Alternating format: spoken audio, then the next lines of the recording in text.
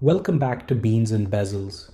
Some independent watchmakers are known primarily for movement ideas, others are known for finishing or for a particular kind of artisanal spectacle. Jiro Katayama's work feels different because his watches come across first as complete industrial objects. That likely has a lot to do with how he arrived here.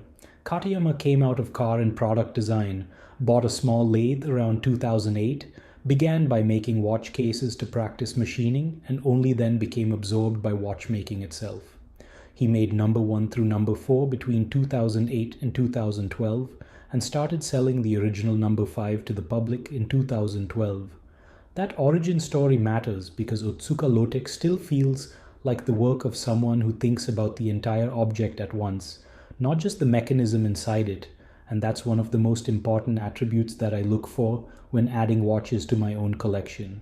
That is also why the number 5 Kai is the right place to begin this two-part series on Otsuka Lotech. Even though it is a recent watch, it carries the name of the first publicly sold Otsuka Lotech. Katayama himself has said it was called number 5 Kai because it inherited the case design and the ball-bearing concept of the original number 5, the first watch he sold. The official model page goes further and says the Kai inherits the design elements of the number 5 released in 2012, with the case refined from that earlier watch. In that sense, it is a modern interpretation of the brand's first public statement. Katayama's broader inspiration also helps explain why Otsuka Lotech feels so distinct. On the brand site and in interviews, he points to old film cameras, industrial instruments, gauges, and the analog feel of older machine-made objects as key references.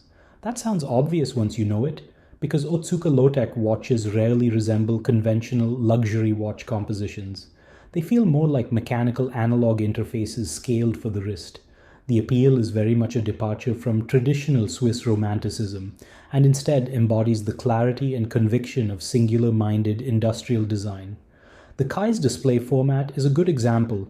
Satellite or wandering hours are not new, and they are certainly not unique to Otsuka Lotech. The underlying idea goes back centuries in clockmaking, and in modern wristwatches, collectors most commonly associate it with watches like the Audemars Piguet Star Wheel, and more recently, Urwerk's highly futuristic interpretations.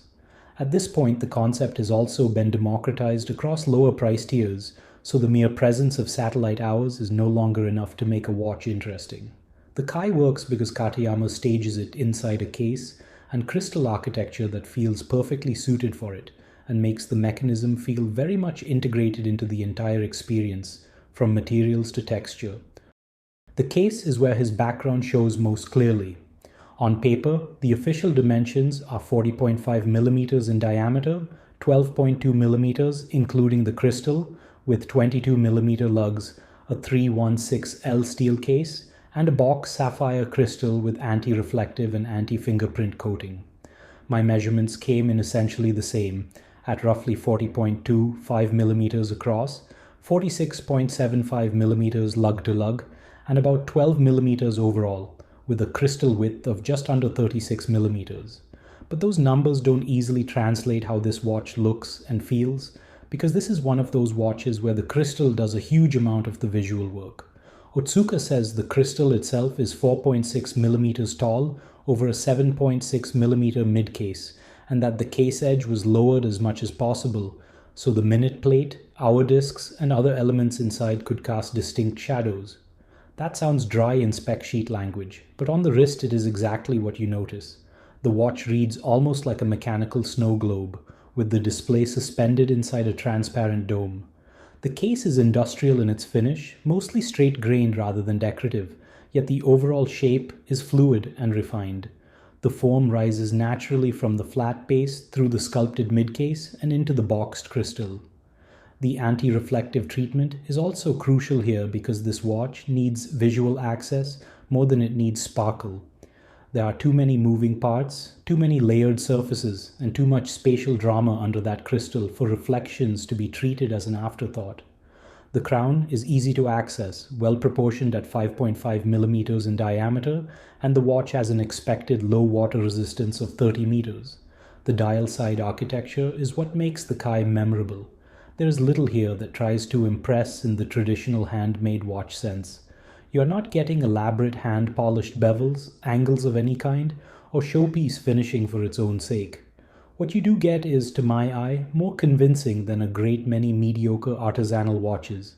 Carefully staged contrasts in color, texture, shadow, and surface treatment, all working toward one unified visual effect. The Japanese script, printed around the mechanism, the contrasting finishes of the visible components, and the constant movement of the display elements create one of the most distinctive dial-side experiences I have seen. This is exactly where Katayama's complete product thinking pays off.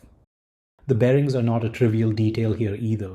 The official Kai page states that the original number 5 used 2 ball bearings and that the Kai continues that idea with 2 MinebeaMitsumi bearings, one specially created for this model's hour disc switching system.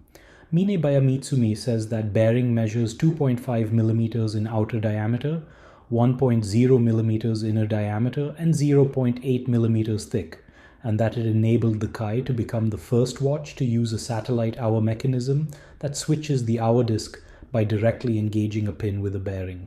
The second bearing, at the center of the seconds disc, is the company's 1.5 mm bearing, which both Otsuka and MinebeaMitsumi describe as still the world's smallest, commercially available steel ball bearing in this class.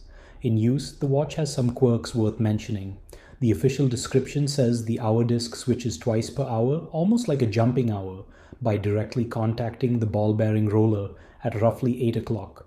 On the wrist, that means the transition begins before the top of the hour, around the last third of the minute cycle, and the primary time display can appear to pause briefly while the transitioning disc climbs over and hands off to the next hour.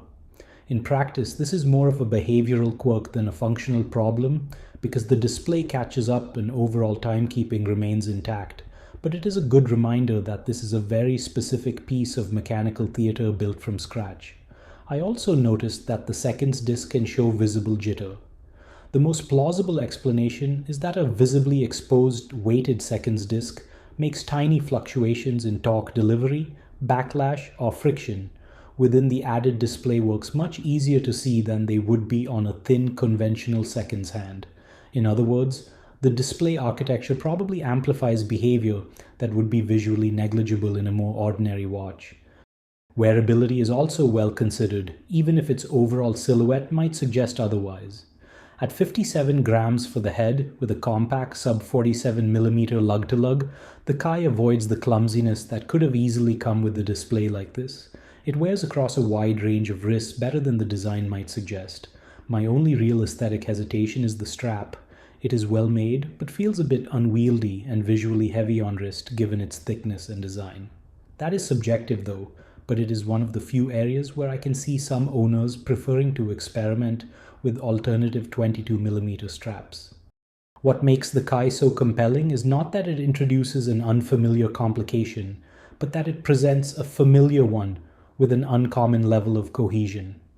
This is a watch where the case, crystal, display, materials, and tiny mechanical details all feel conceived together, and that is still far rarer in independent watchmaking than it should be. It also neatly reinforces what makes Jiro Katayama interesting in the first place. He does not approach watchmaking as a movement designer searching for a container, but as a designer and machinist building a complete object from the ground up. Even its quirks feel less like flaws than reminders that you are looking at a very specific mechanical idea. The Kai connects directly back to the first public Otsuka Lotech, and in doing so helps explain the foundation of the brand, an industrial design mindset, truly bespoke construction, and a refusal to rely on generic watchmaking solutions. In the next part of this series, I'll turn to the number 6 and how those early principles of design and engineering matured into what is, to me, both my favorite watch from the brand and perhaps its most recognizable piece. As always, thanks for watching, and I hope you found this interesting enough to tune into the second part of this series.